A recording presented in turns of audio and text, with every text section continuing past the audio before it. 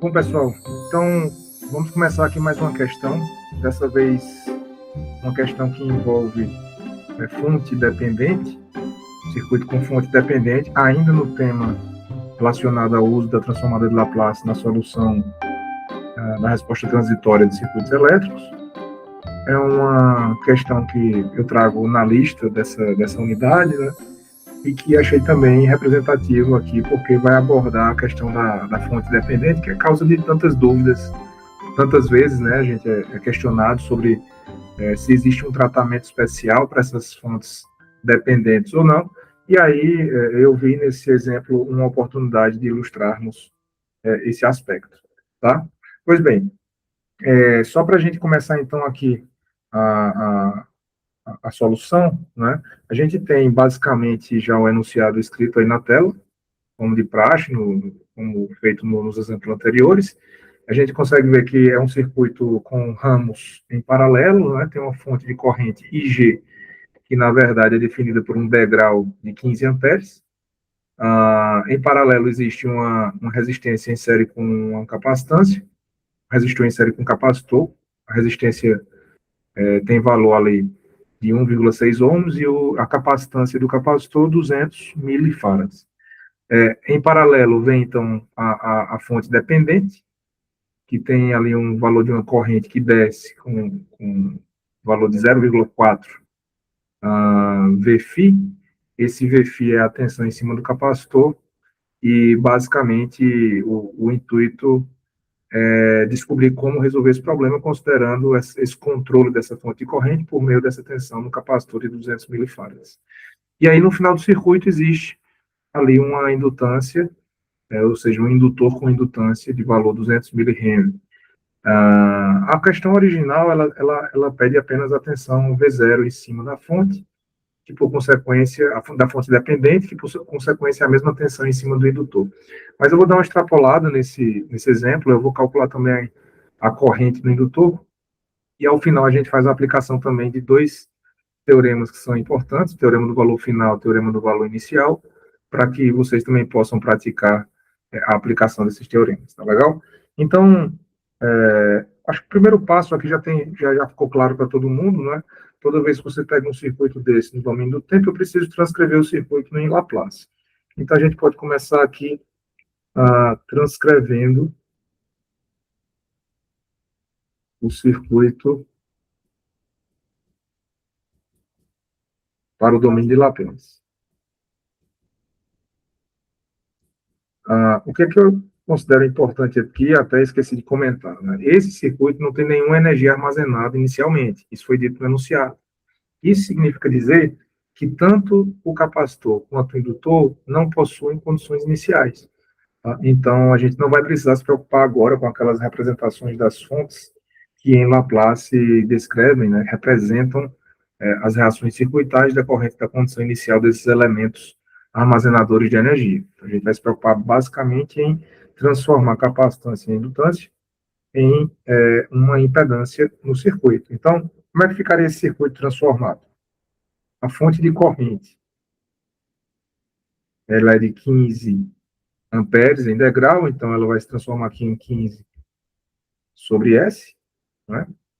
Daí, a resistência permanece sendo a resistência, que nesse caso é de 1,6 ohms, e o capacitor, ele passa a ser agora 1 sobre 200 mili vezes S, né? Ou seja, 1 sobre C vezes S. Nesse caso, quando eu faço 1 sobre 200 mili, isso vai resultar em 5 sobre S. Tá? Então, já coloquei aqui o valor correto. Aí vem um detalhe importante aqui, né? O que é que a gente faz na fonte dependente? Então, muitas vezes os alunos caem na tentação de representar essa fonte dependente também como um degrau. Mas qual é o entendimento que tem que existir aqui? É que essa fonte, por ser dependente, ela é função de outras grandezas circuitais que já foram transcritas para o domínio de Laplace. Então, na realidade, uma fonte dependente ela não precisa ser convertida em nenhum formato específico de degrau, impulso ou qualquer coisa do tipo.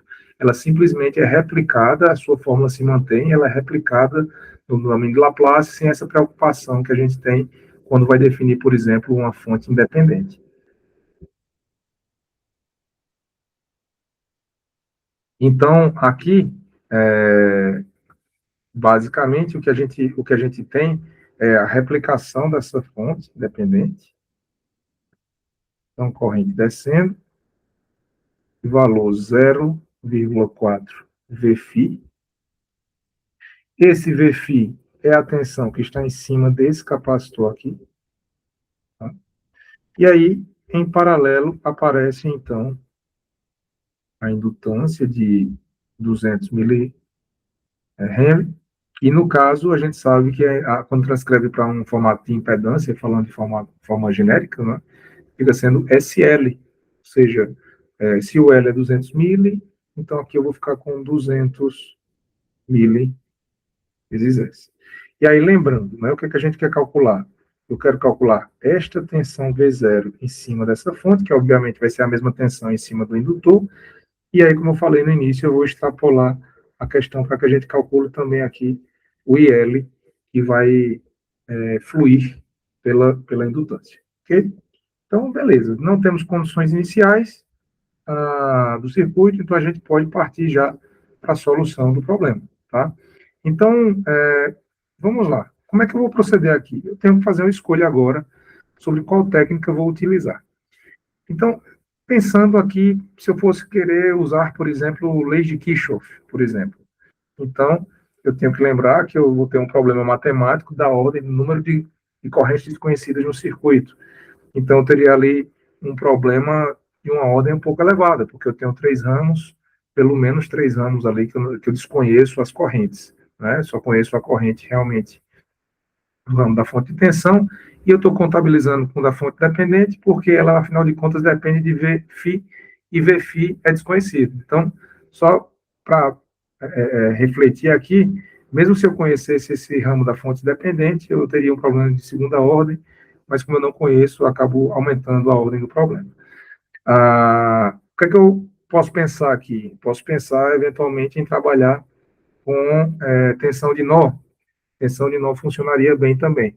Mas aí eu penso estrategicamente. Eu digo, como é que eu vou representar esse VFI como uma tensão de nó?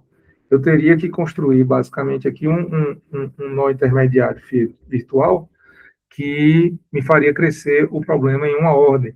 Porque se eu não construir uma tensão de nó aqui, em cima do capacitor, eu não conseguiria, no final das contas, representar o VFI na representação da fonte de corrente, da fonte dependente. É possível? É. Vai crescer muito o problema? Não. Mas como eu já vinha usando em outros exemplos tensão de nó, eu vou optar aqui por corrente de malha. Porque eu vou ter aqui, primeiro, um caso especial, se eu criar aqui uma corrente de malha I1 aqui, já sei que vou ter um caso especial, essa corrente I1 já vai ser conhecida e vai ter valor igual ao valor da própria fonte, né, de corrente. Se eu criar aqui essas duas outras correntes, essas duas outras malhas, I2 e I3, essas duas correntes vão compartilhar a fonte de corrente dependente, então isso vai me gerar um segundo caso especial, que vai me levar a uma supermalha posteriormente, conforme a gente vê ao longo do curso de circuitos elétricos 1. Então, eu vou optar por seguir por corrente de malha, me pareceu um método atrativo. Talvez nem seja o melhor para esse caso, mas por fins didáticos e pela percepção inicial aqui, eu optei por seguir por ele, tá bom? Então, vamos lá. Primeiro caso especial que a gente tem, que eu geralmente chamo de caso especial, um é aquele que diz que uma corrente de malha flui por um ramo definido unicamente por uma fonte de corrente. Então, nesse caso, a gente já sabe direto que a corrente de malha I1 é igual a 15 sobre S. Tá? Não existe dúvida quanto a isso, já é um resultado direto, então não tem muito floreio. Tá bom? Aí, quando a gente pensa aqui no segundo caso especial, eu digo que o segundo caso especial 2, do tipo 2, é aquele em que eu tenho uma fonte de corrente sendo compartilhada por duas correntes de malha. Nesse caso, a fonte de corrente dependente está descendo. Então, quem tem que predominar é a corrente de malha que está na mesma direção. Nesse caso, o I2. Então, eu digo o seguinte, que I2 menos I3 vai ser igual a 0,4 VFI. Essa é a condição do caso especial 2. Porém, qual é a indicação quando a gente está usando corrente de malha ou tensão de nó, por exemplo? Eu tenho que, nesse caso, seguir o primeiro objetivo de cada método. E o primeiro objetivo, quando eu estou usando corrente de malha, é calcular as correntes de malha. Então, o problema só pode ficar em função das correntes de malha. Então, eu tenho que pensar em um jeito de representar VFI em função das correntes de malha. E, nesse caso, dá para perceber que VFI, como está com a polaridade mais em cima, ali no terminal superior do capacitor, eu posso entender que VFI vai ser quem? Vai ser a própria impedância do capacitor, no caso 5 sobre S, vezes, como a polaridade está em cima, eu tenho que assumir uma corrente descendo por ser um elemento passivo, o capacitor. Então, eu vou considerar aqui I1 menos I2. É isso que eu tenho que considerar. Tá? Então, ao final, no final dessa história toda aqui, eu vou ficar com a relação com esse I2 menos I3 igual a 0,4 vezes 5 sobre S vezes I1. I1 eu já conheço, já sei que é 15 sobre S, e aqui eu vou ficar com menos I2. Então, vejam que eu vou ficar com a expressão em função de I2 e I3, basicamente, tá bom? Bom, se a gente desenvolve isso aqui, eu vou ficar assim, ó, vou ter I2 menos I3, aí 0,4 vezes 5 vai dar 2, né? Então, eu vou ficar com 2 sobre S vezes 15 sobre S, e aí menos 2 sobre S vezes I2. Tá? Esse é o nosso problema. Eu posso multiplicar os dois lados por S, por exemplo, né? E aí, se eu faço isso, né? Eu estou dizendo, vou colocar S aqui, vou colocar S aqui, colocar S aqui, e vou colocar S aqui. Então, a gente percebe que eu consigo cortar, por exemplo, esse S com esse com esse. Então, eu vou ficar com S e 2 menos S e 3 é igual a 30 sobre S menos 2 e 2. Então, esse menos 2 e 2 eu passo para a esquerda. Isso aqui no final vai ficar com S e 2 mais 2 e 2 menos S e 3 igual a 30 S. Então, aí eu vou fazer o trabalho de que eu vou colocar o I2 em evidência. Isso aqui me daria um S mais 2 e 2 menos S e 3. Só que eu vou fazer o seguinte, esse S que está dividindo 30, eu vou passar multiplicando. Então, eu vou ficar aqui com S aqui, e esse S aqui vai para o quadrado, e aqui eu vou ficar só com 30. Então, eu cheguei aqui na expressão, tá? Que vou chamar de expressão 1. Mas é uma expressão que eu vou considerar no meu problema matemático via corrente de malha. E aí, dentro de tudo que já aprendemos aqui durante as aulas de circuitos elétricos, né, e pelos livros, e enfim, o que a gente aprende é que eu tenho que me manter sempre focado nas grandezas de corrente de malha, certo? Mas eu tenho que ser estratégico nessa solução. Porque, veja, eu vou ter que aqui montar agora uma outra equação.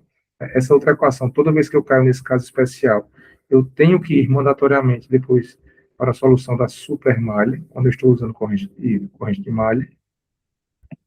E essa supermalha vai me retornar uma segunda equação. Tá? Então, já estou dando aqui uma espécie de spoiler, dizendo, olha, depois que a gente montar essa segunda equação da supermalha, vamos pensar bem na corrente que a gente vai escolher para obter primeiro, porque o problema nem sempre necessita que você calcule as duas incógnitas do teu sistema, tá bom? Mas vamos lá, a gente conversa isso mais para frente. Pensando aqui na supermalha agora, né? Então, a supermalha funciona como, né? Eu tenho que, em resumo, considerar as duas malhas que estavam sendo interfaceadas aqui pela fonte dependente. Então, na realidade, eu tenho que fazer uma supermalha que vai ser isso aqui, ó. Ela vai passar por aqui por fora, ó, e voltar. Essa é a supermalha. Tá? Afinal de contas, eu obtive uma relação dessas duas correntes aqui, interfaceando e compartilhando o ramo da fonte de corrente dependente. Então, eu tenho que respeitar isso aí, tá bom? Então, o que é que eu vou ter que fazer agora aqui na supermalha? Vou ter que fazer, basicamente, esses cálculos aqui, ó, começando aqui por baixo, na supermalha, eu tenho 5S, 5 sobre S, e lembrando, né, a polaridade da tensão não precisa ser a polaridade da tensão real VΦ. Eu tenho que considerar a polaridade de tensões que são definidas pela corrente de malha dominante daquela malha. Então, se eu estou começando ali pelo lado, por esse lado aqui da malha 2, então eu tenho que seguir uma polaridade como se a corrente 2 estivesse definindo a polaridade da tensão. Então, eu vou ficar aqui com 5, aqui ficou pequeno, aqui, ó, vou ficar com 5 sobre S, vezes, aí, I2 está subindo, mas tem o I1 do outro lado descendo, então eu tenho que colocar aqui I2 menos I1, seguindo eu tenho 1,6 ohms, aí é a mesma história, é I2, ou seja, 1,6 vezes I2 menos I1, a gente vai passar direto aqui pela fonte dependente e vai descer lá pelo indutor, formando agora 200 ms vezes I3. Então, aqui mais 200 ms vezes I3. E aí, como você pode ver, a gente volta para a origem da análise, então fechamos a supermalha, então tudo isso aqui fica sendo igual a zero. Tá? Agora, a tarefa é realmente desenvolver. Então, a gente fica com 5 sobre S vezes I2, menos 5 sobre S vezes I1, que nós já conhecemos I1, ó, I1 é 15 sobre S, então já posso colocar aqui 15 sobre S. Né?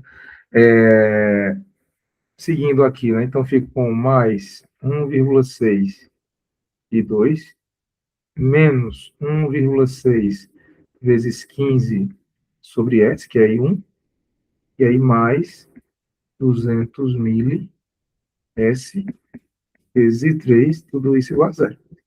Tá? Então,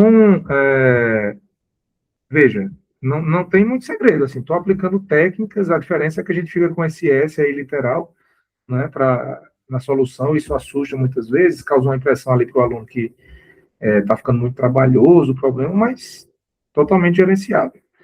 Ó, se a gente for pensar aqui nos termos, eu tenho, envolvendo I2, né, então eu tenho este termo aqui, e com I2 eu tenho este termo aqui. Então, a gente pode fazer o quê? Colocar o E2 em evidência, né? Então, eu vou ficar com 5 sobre S mais 1,6, isso aqui multiplicando I2. Com I3, nós só temos... Opa, desculpe. Mudar aqui o lápis. Com I3, nós só temos este termo aqui, ó. Então, eu posso passar ele para o lado esquerdo. Na verdade, ele já está do lado esquerdo, desculpem ali. Ele já está do lado esquerdo, então só vou colocar aqui para esse lado mais próximo aqui. Cá, então, 200 mil S vezes I3. Tá? E aí, nós temos outros termos aqui que não envolvem nada. Você temos de valores, né? Sem estar atrelado a nenhuma, sem estarem atrelados a nenhuma corrente malha. Que vai ser este termo aqui e este termo aqui. Então, passando tudo para o outro lado, eu posso colocar aqui 5 vezes 15 vai dar 75, né? Então, eu fico com 75 sobre S ao quadrado, foi positivo, né? Mais esse 1,6 vezes 15 sobre S, que aí vai dar aqui mais 24 sobre S. Tá? Então, isso é o que a gente tem para agora. Né? Eu posso aqui ainda fazer uma simplificação, que é o que? Em resumo, eu vou tirar o mínimo de todo mundo aqui, como sendo S ao quadrado, porque aí vai facilitar minha vida aqui matemática, tá certo? Vou colocar aqui um S ao quadrado, e aí vamos pensando, né? Aqui nesse termo, dentro do I2, eu já tenho 5 sobre S, então se eu multiplicar em cima por S, embaixo vai ficar ao quadrado também, né? Como se eu estivesse multiplicando em cima e embaixo. Então, eu vou ficar aqui com 5S mais 1,6 não tinha nada, então vai ficar 1,6 S ao quadrado. Tá? Tudo isso vezes 2. O 200 mil agora não tem nada embaixo, então tenho que multiplicar por S ao quadrado, né? Então vai ficar 200 mil S ao cubo vezes 3. Aqui o 75 permanece como está, e o 24 só tem S embaixo, então ele tem que virar 24S. Legal? Então, fazendo isso, eu consigo cancelar aqui e aqui. E aí eu vou fazer o seguinte, agora é a hora de ser esperto, né? A gente chegou aqui na expressão, tá certo? A gente chegou na segunda expressão aqui, que ficou sendo esse 5S mais 1,6 S ao quadrado de 2, mais 200 mil S ao cubo de 3, igual a 75 mais 24S. Chegamos aqui na expressão. Vou chamar aqui de expressão 2. Mas aí a gente recai agora naquilo que eu falei para vocês. Nós temos que ser estratégicos. Eu tenho duas incógnitas. Eu tenho a incógnita do I2 e tenho a incógnita do I3. Veja, se eu calculo I2, né, eu estou interessado nesta malha aqui. Tá? E, na realidade, veja, eu até poderia usar esta corrente I2 juntamente com a I1 que eu conheço, para calcular essa tensão entre esses dois pontos, que vai acabar sendo a mesma em cima da fonte de corrente dependente.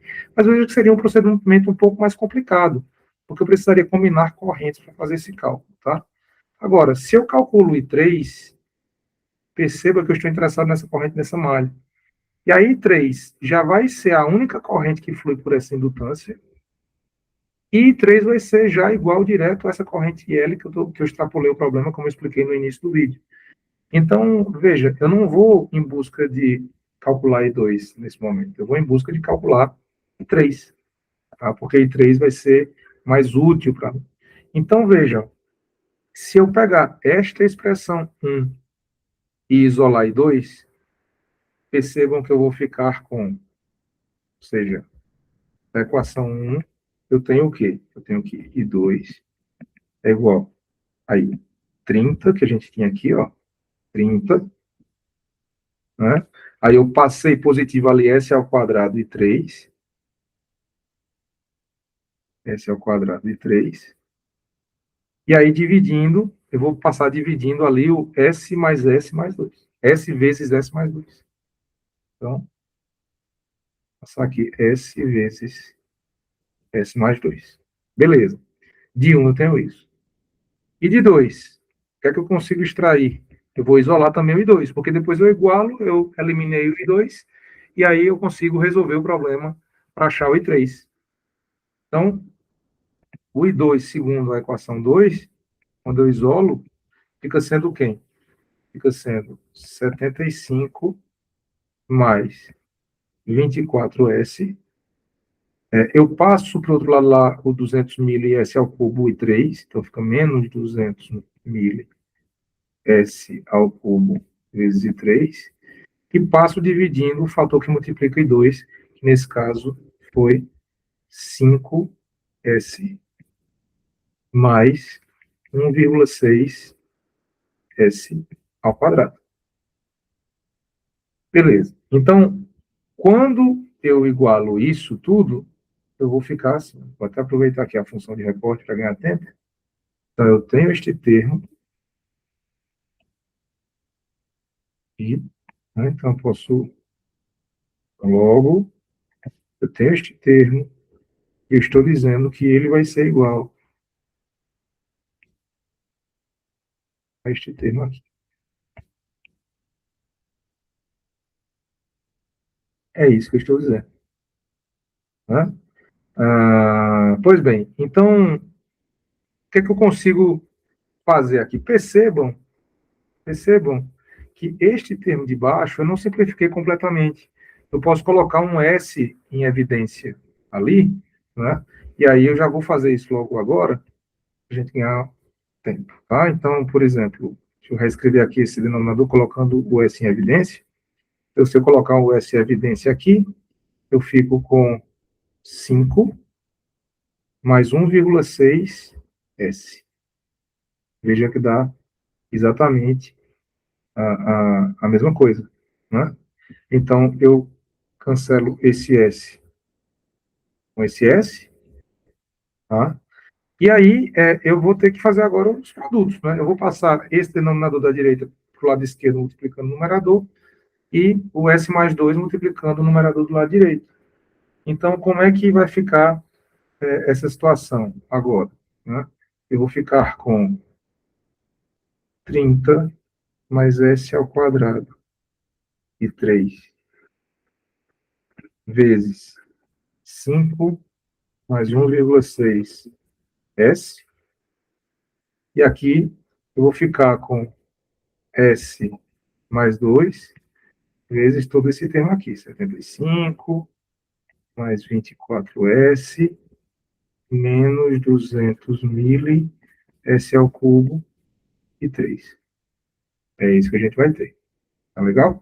E aí não tem para onde correr, tem que resolver esse negócio aqui, tá bom? E aí como é que resolve, professor? Tem como facilitar? Não tem. É manter a atenção e sair desenvolvendo, né, o produto todo para que você chegue, então, no resultado de interesse, tá? Então, é ter calma e prosseguir. Então, vamos lá. Começando aqui, ó, 30 vezes 5, né? Eu teria 150. Daí, você faz 30 vezes 1,6. Quando você faz 30 vezes 1,6 na sua calculadora, você vai obter aí exatamente um valor de 48. Então, você vai ter mais 48S, né? Então, fiz ali o primeiro produto do 30. Depois eu sigo, vou agora ficar com mais 5S ao quadrado e 3, né? E vou ter aqui mais 1,6 S ao cubo, né? Porque vai ficar S ao quadrado vezes o S lá do 1,6, tudo isso vezes e 3. Bom, fizemos o lado esquerdo. Como é que vai ficar o lado direito? O lado direito eu vou ficar com, vamos lá, S vezes 75, então vai dar 75S. Aí, S vezes 24S vai dar mais 24S ao quadrado. Depois eu faço S vezes o menos 200 mil e S ao cubo e 3. Então, vai ficar menos 200 mil S elevado à quarta, né? E 3. E aí eu terminei os produtos do S, né? Como é que eu posso fazer agora o 2? Então, é só seguir. Então, vamos lá. Vou ficar com 2 vezes 75, vou ficar com mais 150. 2 vezes 24S, vou ficar com mais 48S. E 2 vezes menos 200 mil S ao cubo e 3, eu vou ficar com menos 400 mil S ao cubo e 3. Aí percebam que de um lado e de outro, né, eu cancelo esse 150 com 150. Percebam que eu posso cancelar 48S com 48S. E aí já deu uma simplificada boa aqui no problema, né? Porque restou agora 5S ao quadrado e 3 mais 1,6 S ao cubo e 3, e isso vai ficar igual aí, olha só, 75S, né? Então ficou igual aqui a 75S. Eu tenho 24S ao quadrado, tá? Então, mais 24S ao quadrado. Tem ali menos 200 mil S a quarta e 3, e menos 400 mil S ao cubo e 3. Aí, devemos atentar para um seguinte fato, né? Primeira coisa é que 400 mil, quem é 400 mil? 400 mil é 400 dividido por 1.000. Isso é 0,4, né? Então, se eu pego esse termo aqui e passo somando este K, eu estou fazendo 1,6 mais 0,4 S ao cubo e 3. Né? Então, eu já posso fazer isso, né? Vamos simplificando aqui com calma, para todo mundo acompanhar. Então, quando eu somo 0,4 com 1,6, vai dar mais 2 S ao cubo e 3, né?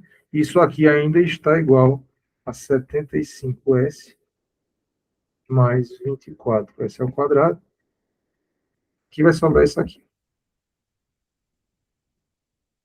Vamos lá.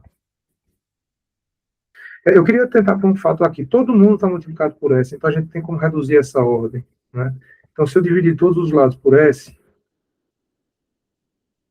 antes da gente fazer as demais simplificações, né? Então, veja, o que é que eu consigo fazer aqui, né?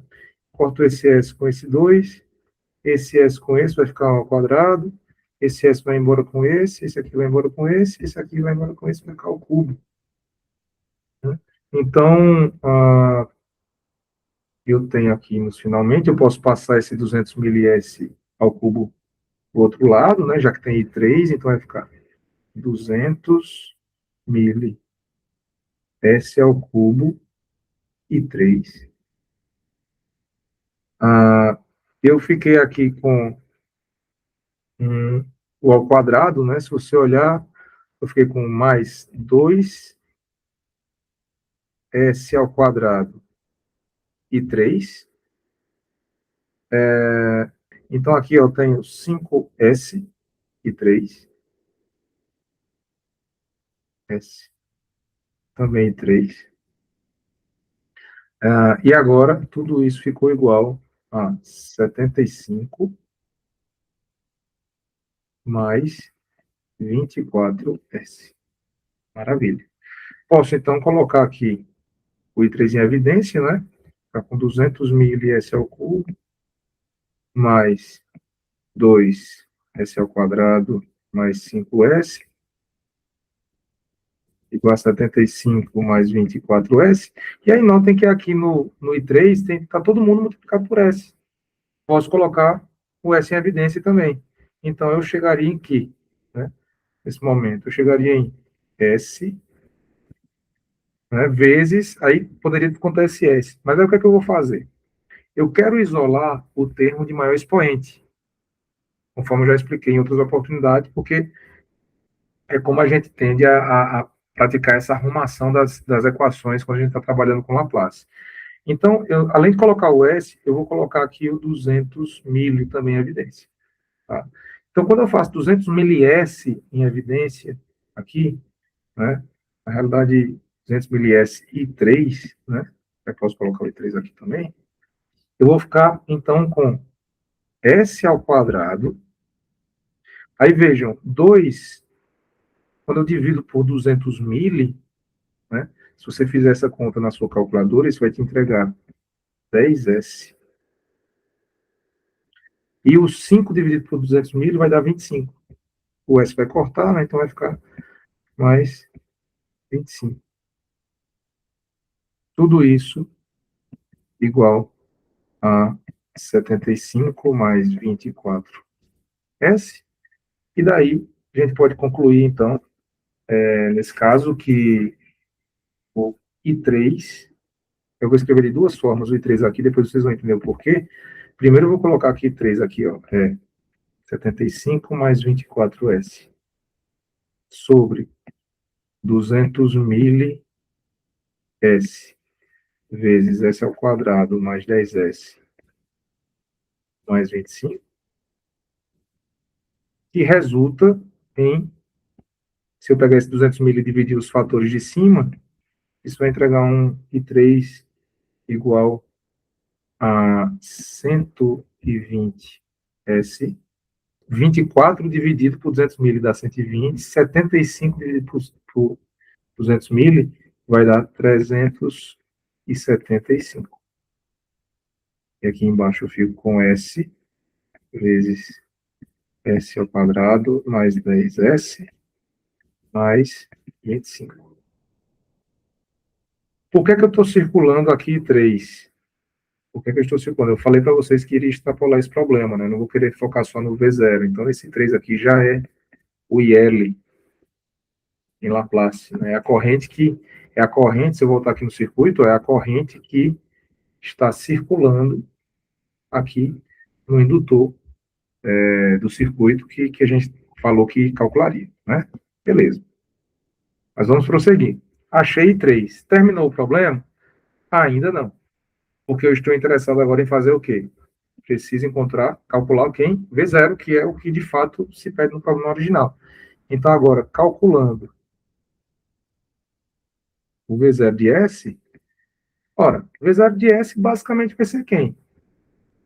Vai ser a tensão em cima do indutor, né? Porque o indutor está em paralelo com a fonte dependente de corrente e a tensão V0 que eu quero calcular é exatamente a tensão sobre a fonte dependente. Então, eu posso simplesmente dizer que V0 é quem? É a impedância do indutor, caso 200 mil S, vezes a corrente IL. Nesse caso, vai ser 200 mil S. Aí eu poderia pegar esse resultado final aqui, mas eu não faço, porque eu quero ganhar tempo e facilitar a minha vida. Veja que esse formato de cima está mais fácil, que já vai cortar ali 200 mil S direto. Né? Então, eu vou ficar com 75 mais 24S. Por isso que eu escrevi de duas formas, né? E disse que vocês entenderiam depois. Então, 200 mil S. Aqui, S ao quadrado, mais 10S, mais 25. Então, ó, cortei isso com isso. Então, chegamos em V0 igual a 75.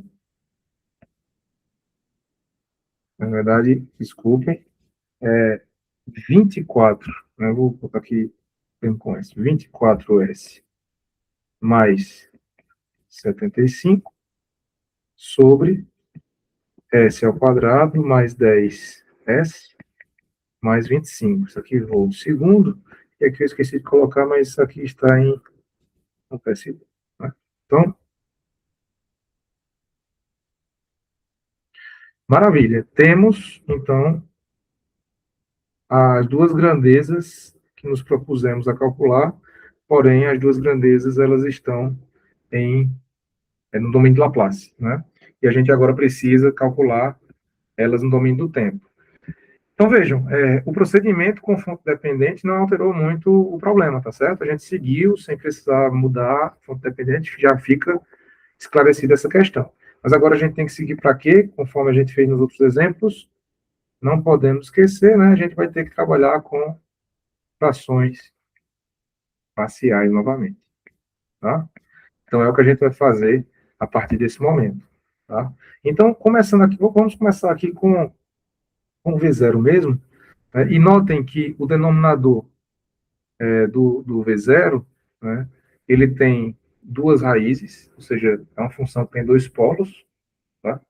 Nessa função aqui que define o V0, ou seja, duas raízes no denominador. Já na corrente existe uma raiz a mais, tá? Então, vou começar logo aqui pela parte que é comum aos dois, que é esse polinômio de segunda ordem, que a gente vai ter que calcular para os dois, então já vai de uma vez só. Então, usando Bhaskara, né, o que eu tenho que fazer aqui é calcular logo o delta para esse polinômio daqui, ó, né? Esse polinômio s ao quadrado mais 10s mais 25. Então, o Bhaskara diz que é b ao quadrado menos 4ac, ou seja, o b, nesse caso, 10 ao quadrado, menos 4 vezes 1 vezes 25, ou seja, vai ficar 100 menos 100. Então, o delta aqui vai dar zero, tá? E aí, nesse caso, eu já sei que eu vou ter raízes reais idênticas, né? S1 vai ser igual a S2, porque aí você vai ter menos b mais ou menos raiz de delta sobre 2a, mas esse delta é zero. Então, você vai ficar com menos b sobre 2a, ou seja, menos 10 sobre 2 vezes 1. Então, você vai ter duas raízes aqui iguais a menos 5 radianos por segundo. Beleza, achamos as duas raízes. Então, agora eu posso entender que V0 e S, né, pode ser representado, então, por 24S mais 75 sobre S menos o polo, menos a raiz desse polinômio do denominador, que no caso vai ficar menos 5, então vai ficar mais 5. E aí veja que nós temos uma multiplicidade aqui de raiz, então isso aqui é elevado a 2. E isso aqui, conforme a gente viu em frações parciais, eu tenho que criar aqui um termo que vai levar esse termo de maior expoente, mas depois eu tenho que ir decrescendo, né? Então vai aparecer S mais 5 elevado a 2 e S mais 5, até a ordem 1. E aí aqui em cima eu vou chamar de K1 e K2. Legal? A gente pode fazer por partes, né? Mas eu queria já adiantar aqui a corrente. Se a gente for pensar aqui na corrente, a única diferença é que aqui nós vamos ter os mesmos dois polos repetidos, ou seja, as duas raízes repetidas, e a diferença é que vai aparecer aqui uma raiz também em zero, porque o S igual a zero também vai zerar o denominador da função da corrente. Então, eu posso dizer aqui que a corrente IL em S pode ser representada por, aí ela tem ali, 120S mais 375, 120S mais 375 sobre a S vezes S mais 5 ao quadrado. Nesse caso, eu não vou ter só dois termos em frações parciais, eu vou ter três, né? Porque agora vai aparecer aqui um termo sobre S, depois vai ter um termo aqui sobre S mais 5 ao quadrado, e aqui um outro termo sobre S mais 5. Aí eu vou chamar esses termos aqui de Q1, Q2 e Q3. Ok? Beleza. Então, obtendo V0 primeiro, tá? Vamos começar por V0. Então, qual é o procedimento? Primeiro o termo K1, conforme a gente aprende quando vai resolver frações parciais, eu tenho que fazer o quê? É a própria expressão que eu estou analisando, ou seja, 24S mais 75, né, sobre S mais 5 elevado a 2, vou multiplicar pelo termo de maior expoente, ou seja, S mais 5 elevado a 2, e avaliar na raiz ali do denominador, no polo em questão, no caso, menos 5. Cancelo esse termo com esse, eu vou ficar, então, em resumo, vou ficar aqui com 24 vezes menos 5, mais 75. Isso aqui vai resultar em um K1 igual a menos 45. Chegamos em K1. Como é que vai ser o K2? Também já explicamos em exemplos anteriores, né? Eu vou repetir aqui. O K2 ele vai ter toda aquela fórmula de ordem de redução que vai envolver derivadas de múltiplas ordens, a depender do índice de redução de ordem que você quer proceder. Se aqui a gente tem multiplicidade 2, e eu quero achar o K2, que está aqui no termo atrelado ao fator de expoente 1, então eu tenho uma ordem de redução apenas. Então, esse K2 nada mais vai ser do que 1 sobre 1 fatorial, derivada primeira, né, em S, tá? De quem? Aí, da função que está sendo analisada, 75, sobre. Aí você tem a função ipsis literis aqui, né? Vezes, aí você se mantém multiplicando pelo fator de maior ordem exponencial, nesse caso aqui elevado a 2, porque se eu vou derivar uma vez, então essa ordem vai cair uma vez e eu vou estar representando então o termo S mais 5 elevado a 1. Né? Então, por isso que a gente deriva uma vez. Tá?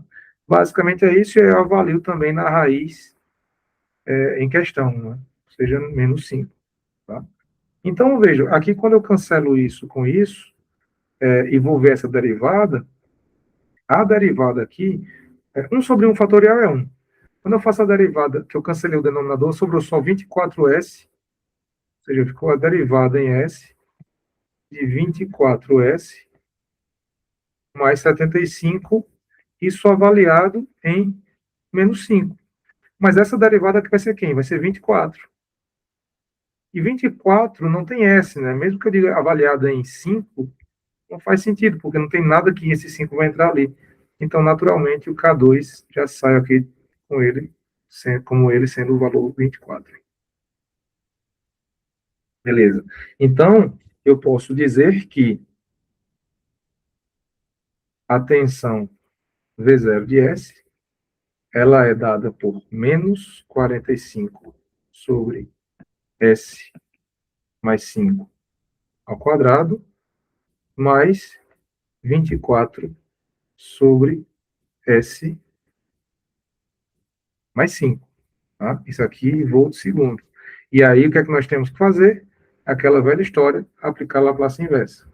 Então, Laplace inversa aqui, Laplace inversa aqui, Laplace inversa aqui. Volto a dizer, eu não vou repetir aqui as transformações, porque a gente já abordou em exemplos anteriores, né? Mas aqui, em resumo, o V0 passa a ser no tempo, tudo isso vai estar definido a partir de 0 segundos, que seria o instante inicial de funcionamento do circuito, então eu deixo aqui o degrau, já multiplicando todo mundo. Quando eu tenho aqui esse ganho, então esse ganho vai sair, né, fica menos 45 vem aqui para fora, vou ficar com 1 sobre S mais 5 elevado a 2. Esse expoente 2 me resulta, então, aqui, primeiro, em um tempo, e o deslocamento na frequência ali de 5 vai ser um exponencial menos 5t. Aí depois vem o 24, que sai também o ganho, vou ficar com 1 sobre S mais 5, ou seja, elevado a 1 agora. Então, esse t que apareceu antes vai ser t elevado, vai acabar ficando elevado a 0, né? Porque é a ordem do expoente menos 1. Então, nesse primeiro termo era 2 menos 1, ficou o t. Agora ficou 1 menos 1, ficou t elevado a 0, t elevado a 0 é 1, então não precisa representar, só vai sobrar aqui a exponencial menos 5t. Então, tudo isso aqui dado em volts. Tá? Beleza. Bom, a gente, nesse momento, resolveu o problema. Se você olhar no gabarito, bateu, né? Exatamente como foi pedido na questão. Então, maravilha. Mas lembro, nós extrapolamos a coisa aqui. Tá? A gente vai querer calcular agora o IL, né? IL está ali em cima. Então, vamos lá. Quem vai ser agora calculando IL? Então, quem é o Q1 do IL? Então, Q1, volto a dizer, a gente vai pegar a expressão do IL, no caso ali, 120S mais 375, né? Então, tem aqui, ó, 120S mais 375 dividido por S vezes S mais 5 ao quadrado. Quando eu estou calculando Q1, e Q1, gente, está aqui acima de S, então eu vou multiplicar tudo isso aqui por S e avaliar na raiz em questão, no caso, S igual a 0. Então, cancelo isso com isso, eu vou ficar com 120 vezes 0 mais 375 sobre 0 mais 5 ao quadrado. Isso aqui vai resultar em um Q1 igual a 375 sobre 25, ou seja, Q1 vai ser igual a 15. Vai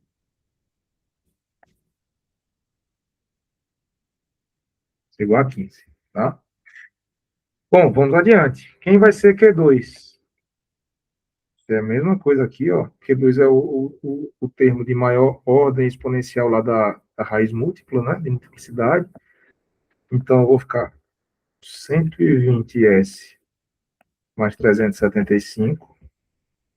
Aqui fica S vezes S mais 5 quadrado. Multiplico pelo termo de maior ordem exponencial e avalio em menos 5.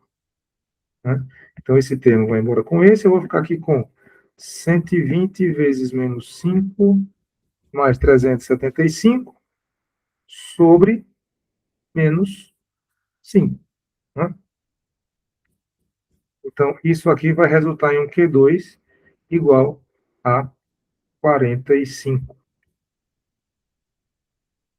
Se fizerem essas contas aí, vocês vão chegar nesse valor. Aí o Q3 é exatamente a mesma lógica que a gente aplicou antes, né? Vai ser só um pouquinho mais complicado, porque agora vai ter que haver a necessidade de fazer uma derivada de quociente. E até fica aqui a questão como exemplo também de como proceder nesses casos. Então vamos lá, Q3. Q3, eu tenho agora que fazer uma ordem de redução, né? Porque eu tinha multiplicidade 2, quero achar o termo agora de expoente 1. Então, estou reduzindo uma ordem. Então, vou ter exatamente aquela mesma história, 1 sobre 1 fatorial, derivada primeira em S, de quem? Da fórmula que eu estou analisando, nesse caso, 120S mais 375 sobre S vezes S mais 5 ao quadrado.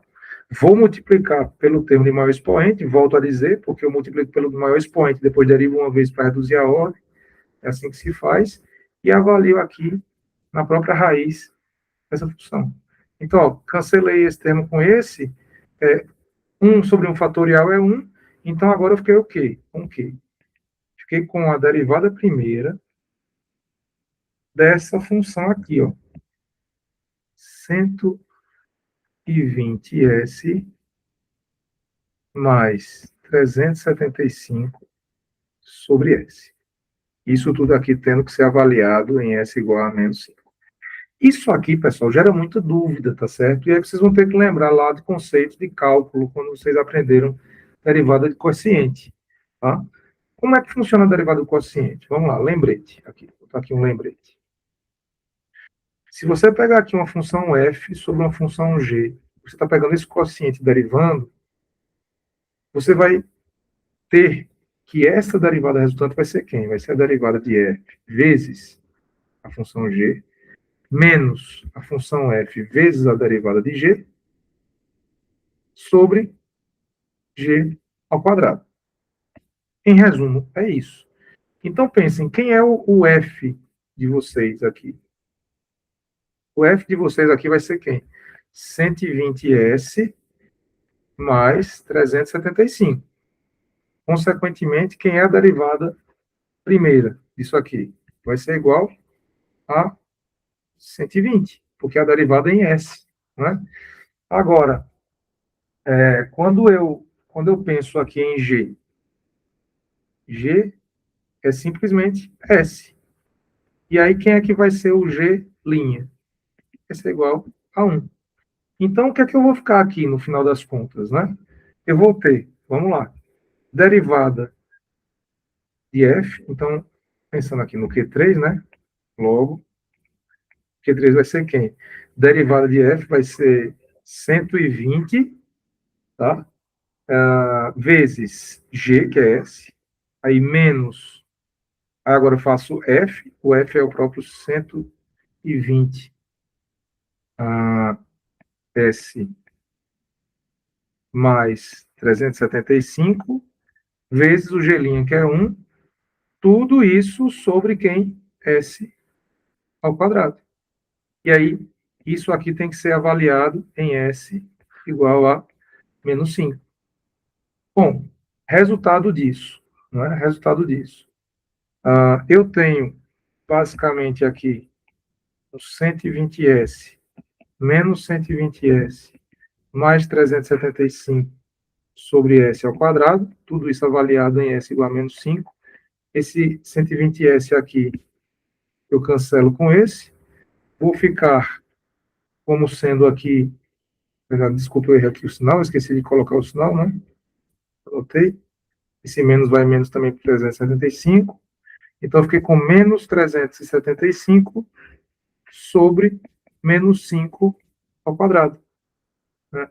E aí, quando eu faço essa conta, Q3 vai ser igual a menos 15. Tá bom? Então, beleza. O que é que vai acontecer aqui agora? Então, portanto, o que é que eu vou ter aqui, né? Eu vou ter que IL de S é igual a Q1 sobre S, né? A gente já tinha visto isso, Q2 sobre S mais 5 ao quadrado, mais Q3 sobre S mais 5. E nós achamos que Q1 foi igual a, cadê o Q1? Então foi 15, né?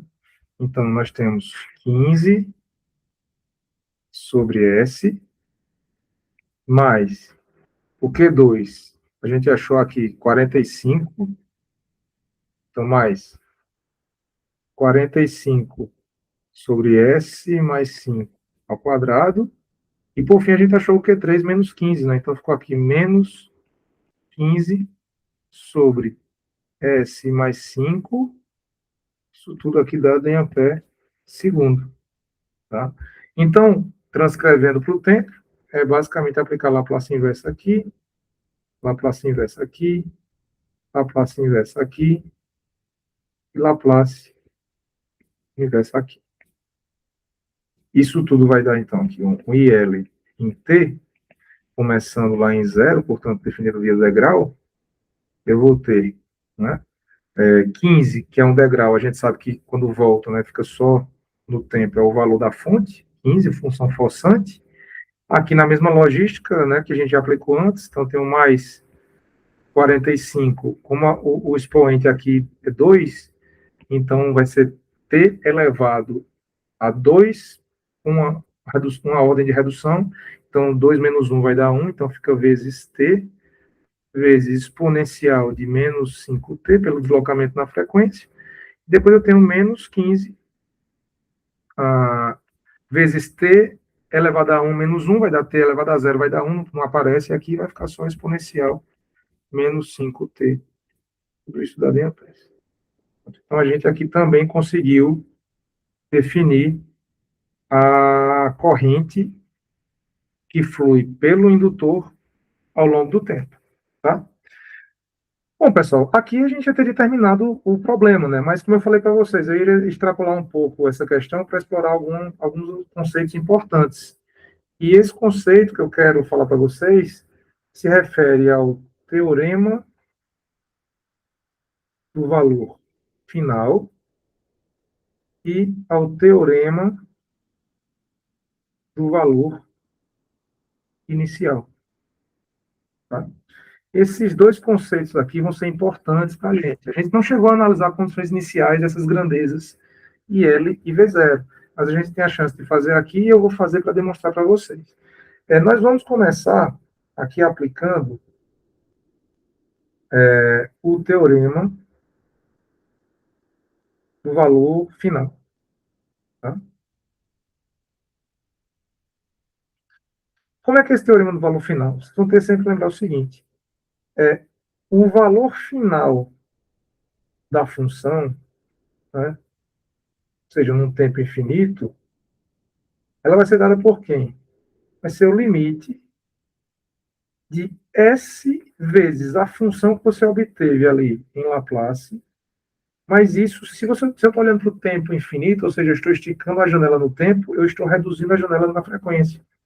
Então, eu tenho que fazer S aqui tender a zero. Então, vejam, se eu quero ver o valor final, a gente já está no tempo, então, fazer assim, ó. Se eu quero ver IL lá no tempo infinito, né, fazendo aqui um abuso de linguagem aqui, eu vou dizer que IL vai ser quem? Vai ser o limite, quando S vai para zero, da função que a gente obteve lá em cima, ou seja, na verdade, S vezes a função que a gente obteve lá em cima, que foi 120S mais 375 sobre S vezes S mais 5 ao quadrado. Eu cancelo S com S e substituo S por zero. Então, vou ficar ali 120 vezes zero mais 375. E aqui eu vou ficar com zero mais 5 ao quadrado. Ou seja, IL no tempo infinito, né, vai tender a 375 sobre 25, que isso aqui dá 15 amperes. Tá? Daí, se você olhar o circuito aí ao lado, você vai perceber que faz todo sentido, porque na hora que esse circuito estabilizar, o capacitor estabilizando, ele vira um circuito aberto, e o indutor vai virar um fio. E aí, virando o fio, o indutor vai curto-circuitar todos os outros elementos. Então, a única coisa que vai fluir pelo indutor é a corrente da própria fonte IG, que tem valor de 15 amperes. Então, todo sentido aqui está correto aqui esse teorema, né? A gente consegue ver lógica nisso aqui, tá? Da mesma forma, eu posso fazer aqui para o V0 o tempo infinito, que seria o quê? O limite, quando S tende a zero, né? Da expressão que nós obtivemos multiplicada por S. Então, S, nós obtivemos 24S mais 75 sobre S mais 5 ao quadrado. Nesse caso, eu substituo aqui, ó, vou ficar com 0 vezes 0 mais 75, né? Porque 24 vezes 0 vai dar 0. Isso aqui sobre 0 mais 5 ao quadrado. Resultado, o V0 no tempo infinito, ele é igual a 0 volts. E aí, quando você pensa exatamente no mesmo raciocínio, né, que na estabilização do sistema no regime permanente, o indutor vai virar um fio, então você se toca que a fonte dependente vai estar curto-circuitada. Então, a tensão nela vai ter que ser necessariamente zero, sendo condizente com esse resultado. Então, também faz sentido aqui esse resultado de cá. Agora, para terminar, o que, é que eu vou fazer? Agora, aplicar, ou seja, aplicando o teorema do valor inicial. Veja que a gente não se preocupou com esse valor inicial até o momento. Mas como é que funciona o teorema do valor inicial? Né? Eu quero ver uma função no instante zero, ou seja, eu estou encurtando ali a janela no tempo, né, de análise, na janela de tempo, a janela analisada. Então, quando eu olho para o tempo zero, eu estou alongando na frequência. Tá? Então, eu estou dizendo que é o limite quando S tende a infinito. Mas de quem? Né? Basicamente é de S vezes a função que foi obtida. Então vamos lá. Se eu quiser calcular IL inicial, vai ser o limite de S quando tende a infinito, né? Aí, S vezes a função que nós obtivemos, que foi 120S mais 375, sobre S vezes S mais 5 ao quadrado. Cancelo esse com esse. Percebam que aqui eu vou ficar com algo em cima que vai ter um S como sendo a máxima ordem do polinômio, e embaixo eu vou ter um S ao quadrado. Então, se a gente pensar nos termos de maior ordem, isso aqui vai se aproximar para algo, vai ser o limite quando o S tende a infinito. Né? A dica aqui é quando eu pego os termos de maior ordem em cima e embaixo, eu fico com 120S, e aqui S ao quadrado. Né? O mesmo que eu cancele aqui, eu vou ficar com 120 sobre S, que vai tender a infinito. Então, isso aqui vai ser zero, ou seja, inicialmente, a corrente IL seria 0 amperes. E aí, quando você vai ver o circuito, inicialmente, foi dito que nem capacitor nem indutor tinham condições iniciais, porque não tinha energia armazenada. E aí, você tem um efeito contrário, né? O indutor é um circuito aberto e o capacitor é um fio. Então, se o indutor estava se comportando como circuito aberto, naturalmente, a corrente é zero. Então, faz todo sentido aqui também esse resultado. E aí, para fechar, o valor inicial de V0, ou seja, limite, quando S vai para o infinito, de S vezes a função que nós obtivemos, que foi 24S mais 75 sobre S mais 5 ao quadrado. Né?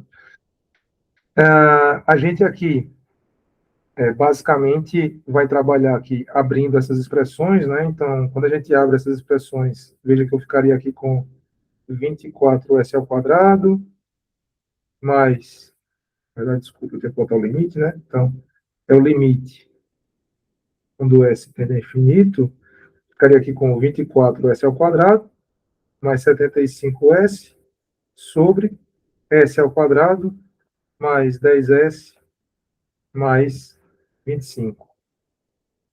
Né? E aí, volto a dizer, os termos de maior expoente é o que vai sobrar, porque todos os outros ficarão desprezíveis em relação ao de maior expoente. Então, esse termo vai embora, esses dois termos vão embora. A gente vai ficar com 24S sobre 24S ao quadrado sobre S ao quadrado. Então, cancelo S ao quadrado com S ao quadrado, eu posso dizer que o valor inicial de V0 seria, então, 24 volts. E aí, quando você olha o circuito, você percebe que, inicialmente, se o indutor estava com um circuito aberto e o capacitor como um fio, não é? Em sendo o capacitor um fio, a tensão Vφ é zero. Naturalmente, o valor da fonte de corrente dependente passa a ser zero, e fonte de corrente dependente sendo zero é um circuito aberto. Então, você basicamente só tem realmente uma tensão ali em cima do resistor, que é a tensão que vai estar em paralelo com o ramo que ficou aberto da fonte dependente de corrente, que é onde está sendo medido o V0. E aí, se você pensar numa corrente de 15 amperes circulando por uma resistência de 1,6 ohms, vai dar exatamente 24 volts.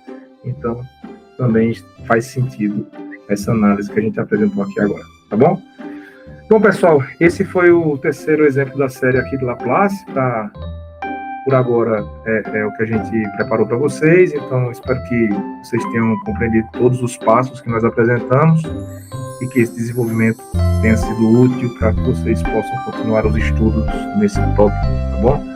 Então, Deus abençoe, tudo de bom, bons estudos e até a próxima. Um abraço.